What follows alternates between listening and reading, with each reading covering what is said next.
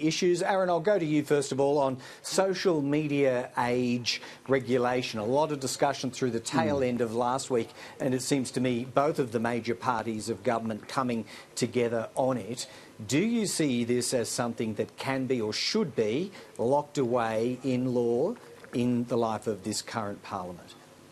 Well, I hope so, and I think it's something that should be. As a parent of an 8 and a 10-year-old, my children aren't on social media, but it's something my wife and I think about and talk about quite a lot. And having that age limit of 16, I believe, is really important. We've seen some terrible stories that are happening. You speak to Zoe would be the same, speaking to school principals and social media, and the bullying, the 24/7 nature of it is quite challenging. I mean, we're realistic to know that you can put a law in place and there are ways to get around it, but there's two important elements to it. It will stop a lot of people getting on before 16, and also importantly, never underestimate that if the law is 16, and I have these conversations with my children, that it gives parents another lever to be able to say to their kids, well, no, the law's the law, and if enough parents take that stand, which many want to in the community, there's a level of restrictions that you can place through technology, but also just engaging and supporting the community to have those conversations becomes really important. I think it's a step we have to take. We've seen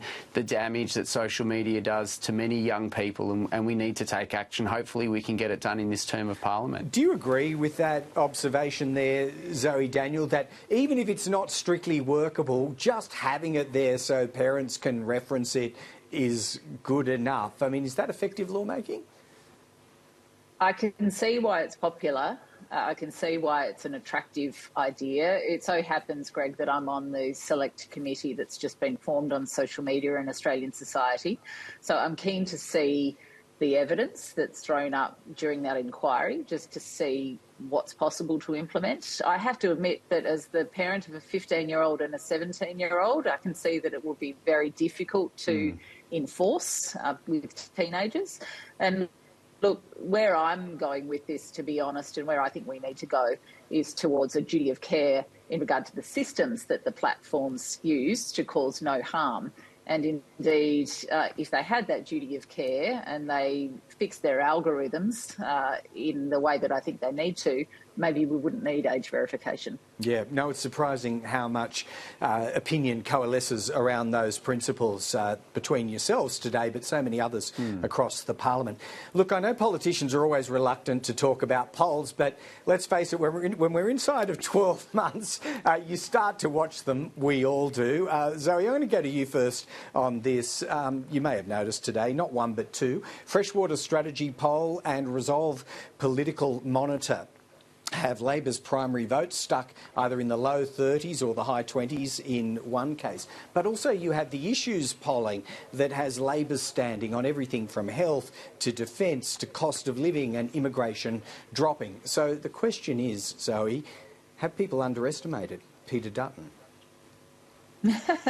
Oh, very good question. I mean, far be it from me to speculate on polling, Greg. But look, I would say that when I talk to people in my electorate, there's a level of disappointment in the Labor government. There's a sense of a lack of ambition. There's a sense on climate policy, for example, that there was an expectation that Labor would go further and provide more vision. I would encourage the government to do that in the roughly 12 months or less that we've got between now and election to show the Australian public what's possible. It's pretty self-evident, I think, that the opposition leaders been controlling the narrative over the last few weeks, and I think that's what you see reflected in those polls. Right. What I do is I work for my community as an independent, and I sort of stay out of it. All right, we'll shine a light on that continually. Quick observation from you, Aaron. I know there's a reluctance to talk about it, but there must be some encouragement taken.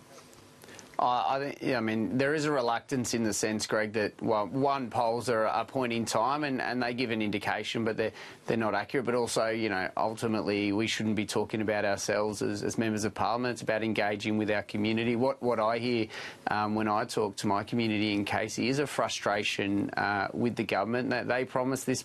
Anthony Albanese, when he was opposition leader, promised the Australian people he had a plan to address the cost of living, and we've seen over the last 2 years that it's only got harder for many people. I've had heartbreaking stories of community members I've spoken to, and so there is a real frustration. They don't think that the Prime Minister is addressing the needs of the Australian people, and we are starting to see that. I think we're also seeing, Greg, just quickly, that people are having a look at Peter Dutton as a strong leader and understand what he stands for, and are seeing that his characteristics are what we need for the Australian people at a time when we face many challenges. All right, Aaron, I think we'll see a few more of them before we get to election day. Thank you both for your analysis, at least on those two.